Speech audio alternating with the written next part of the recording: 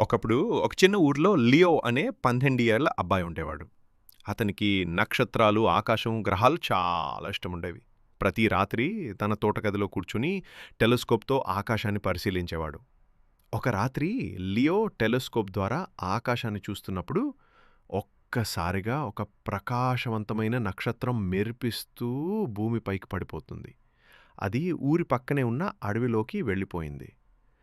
ఆశ్చర్యంతో నిండిపోయిన Leo flash light తీసుకుని వెంటనే అడవిలోకి పరుగెత్తాడు. అడవిలో చెట్ల మధ్య అతను ఓ మెరిసే చిన్న జీవిని కనుగొన్నాడు.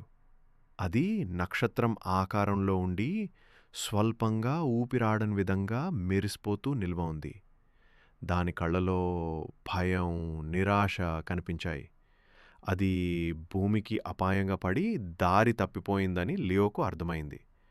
లియో దానితో మృదువుగా మాట్లాడాడు. నీవు మళ్ళీ ఆకాశానికి వెళ్ళాలనుకుంటున్నావా అని అడిగాడు. అది మృదువుగా తల ఊపింది.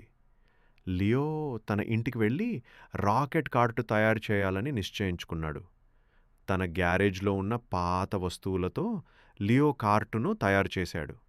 మొదట అది సరిగా పనిచేయలేదు. నక్షత్రజీవి దిగులుగా చూసింది. కాని లియో నవ్వుతూ చెప్పాడు, నువ్వు నమ్ము, నేను వదలను. కొన్ని రోజుల శ్రమ తర్వాత చివరకు రాకెట్ కార్టు సిద్ధమైంది. లియో దాన్ని వెలుగులతో నింపి నక్షత్రాన్ని అందులో కూర్చోబెట్టి ఆకాశం వైపు పంపించాడు.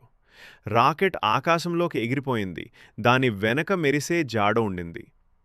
కొద్దిసేపటి తర్వాత ఆకాశంలో నక్షత్రాలు లియో ముఖాన్ని పోలిన ఆకృతిని ఏర్పరిచాయి. లియో ఆకాశం వైపు నవ్వుతూ, నక్షత్రం పోయింది, కానీ నా హృదయంలో ఉంటుంది అని మురిసిపోయాడు.